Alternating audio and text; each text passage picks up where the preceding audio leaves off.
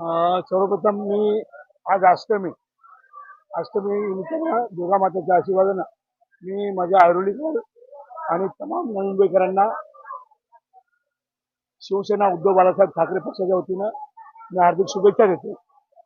आणि गेल्या 8 दिवसापासून सातत्यानं ऊन असो, पाऊस असो, रात्र असो, पूर्णपणे हा जो मैदान आमचा आहे अधिकरण धमाल दांडिया करण विद्यमानचा तोही अपुरा पडतो. आणि अशा परिस्थितीमध्ये आज या ठिकाणी गालबोट लावण्याचा प्रयत्न केला. पक्षप्रमुख उद्धव बाळासाहेब ठाकरे यांनी शिवसैनिक आहोत. आम्ही युवासेना प्रमुख आदित्य ठाकरे साहेबांचे शिवसैनिक आहोत. आणि आज या ठिकाणी आमचा मशालीचा झेंडा फडकवला असता तर आम्हाला अत्यंत आनंद झाला असता. आणि दुर्गा माता म्हटल्यानंतर, छत्रपती शिवाजी महाराज म्हटल्यानंतर मशाल ही त्या टायमाची पेटवत फिरणारी निशाणी होती. पण आज इथे खूप मोठं म्हणजे खालच्या पातळीला जाऊन म्हणजे चिंदी चोर लोक जे असतात ना, ते लोक अशा पद्धतीने काम करू शकतात. आज या ठिकाणी आमच्या एवढ्या मोठ्या गरबामध्ये, दांडियामध्ये भीमनगरची मुलं, त्यांना कोणतरी सांगितल्याशिवाय एवढी देरीन करणार नाही. ते त्या लोकांनी आज या ठिकाणी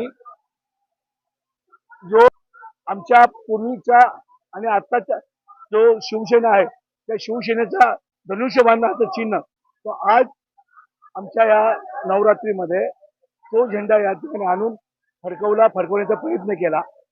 तर मला असं म्हणायचं आहे की हे नवरात्री म्हटलं की हिंदुत्वाचं सण आहे. हे लोकांच्या आनंदामध्ये